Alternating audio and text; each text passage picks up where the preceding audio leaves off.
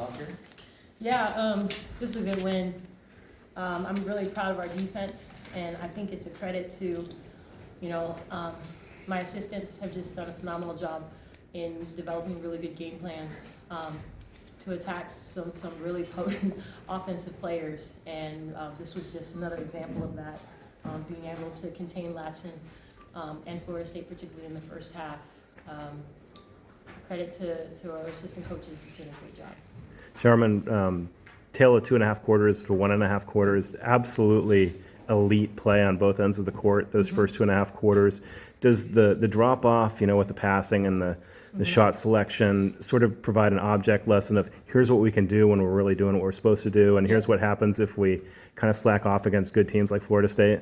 Yeah, I think we know that, right? And our goal and part of our development and maturity of being, who we want to be is that we sustain things for 40 minutes. And, I'll take 30 or maybe 28 or so. Like, we know that we have to continue working on that. It was a really large lead, and I was playing some really, big minutes. And I did think we had a little bit of a lull, but I'm proud of the overall effort. You talk about Lulu's first half performance. I think she had 19, 4 assists, and she was doing a fair amount of the work guarding their star player. Yeah, I'm gonna say it, like, this is what we do, right? She did a great job. We knew that we would get open looks. They hold the help side defender in, and her teammates knew where to find her to knock down the shots. And then defensively, again, our coaches put these players in position to really be successful and knowing exactly what Latson wanted to do and Gordon wanted to do. And, Lou knew where her help was. She had great help from Yo off of some different players that weren't guarding from their team. And it was really a collective effort on the defensive end. Did this exceed your wildest dreams of how well you defend her? I'd say I was very impressed. What she had 3 in the I don't know what she had in the first half. She had 3 points and no field goals. Yeah. So this is a really good job, and this is what we wanted to do in the ACC. We knew we would have to defend really good players like this. So I'm proud of our team. Lulu, and just what's it been like, or in this game specifically, like how did you feel coming out defensively, and what kind of is that balance of making sure that you're shooting and still getting back on defense and everything, especially against such a tough offensive team like this? I think we just come into games really confident, like Charmin said. Like, our assistant coaches do a great job on the scout. We know what we need to do, like, defensively. If we take care of that, take care of things on that end of the floor, we know we're going to get open, especially because we're such a good transition team. We have so many weapons. Like, if we take care of it on the defensive end, the offensive end will come. So. Ioanna, can you talk about, last year you guys were a good team. This is a different level now. Can you just talk about sort of the strength of the team's confidence? It seems like you don't go into games hoping to win anymore, but expecting to win. Yeah, I feel like this year it's a different standard. I think last year we did a good start, but coming in, we knew this year is going to be different for us, and we had a lot of transfers, and Lulu stepping up as a freshman last year, now a sophomore. So we knew we were going to be good. We've been working since the summer, so that's not something that happened overnight. We knew we will be good, and we keep working on our defense and our offense, and we trust each other. So yeah, that's why it comes out on the court. Charmin, are you seeing a huge difference between last year and this year in that regard? Yeah, I think this year the biggest difference that I see is we're finishing games. We had some leads against really good teams last year, and we let them slip away.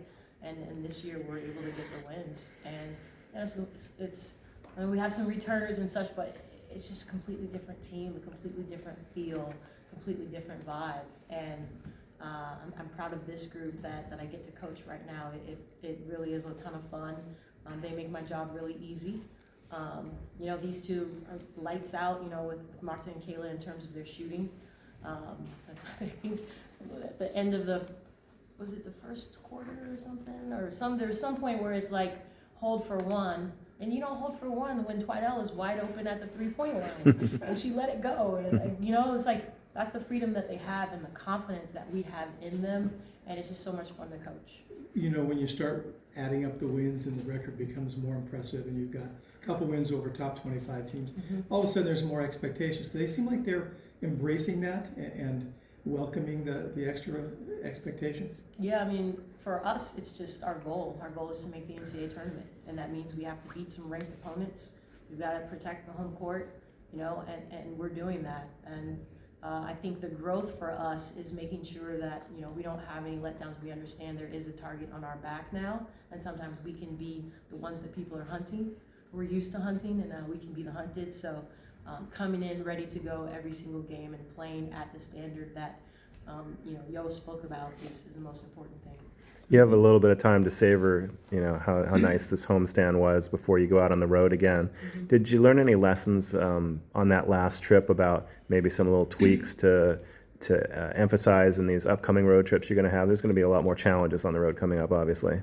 Yeah, what do you guys think we learned from Clemson, SMU?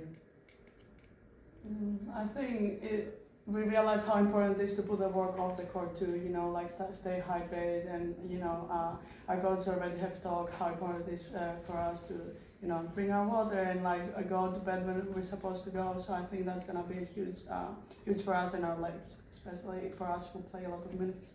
And that's the thing, like we're in the ACC now, like every team's good. You don't know, you can come out any night and get beaten by anybody. So I think just making sure we have the same focus for every team, and come out with the same mentality of just wanting to win every game by as much as we can.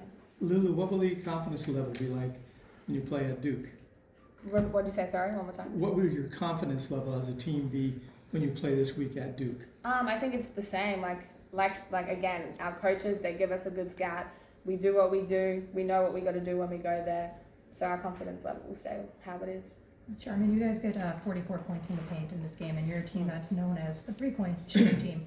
How important is it that you guys do have players who can drive to the hoop and you have to keep them honest? I mean, Michelle goes 5 for 6 in this game, but generally Ioanna was driving to the hoop as well. Like, how important is it to make sure that you guys are kind of showing different looks on your offense? Yeah, I mean, these guys are great shooters, Mhm. and they're also versatile players that can get to the basket and score. And we need that versatility as people get more aggressive, running us off the line and trying to take away that 3-point shot. I also thought people driving to the basket and then kicking for those threes, dumping it off to Michelle and Gabby and Tally, like, it was a complete game for those, 29 minutes there.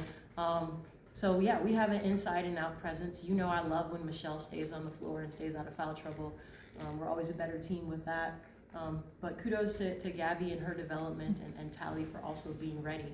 We knew that this was a team that goes like 10, 11 deep, and so we needed to use more people too, so that we weren't going dead legs against fresh legs the whole game. So I like the weapons that we have. Charmin, you've been after the fan base to start showing up, and Wednesday against NC State, it was almost 2,000. Today it was 2,300. Are you kind of happy with the growth that you're seeing out there?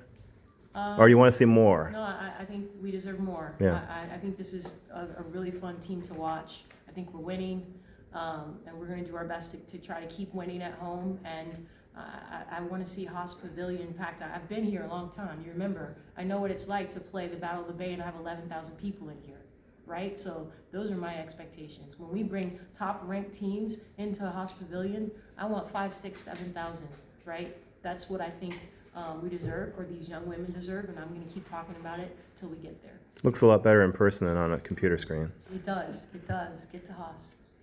Did you guys have any inkling that you could get Latson stopped the way that you did, and maybe give us a little insight of, you know, if you saw something that you take away from her?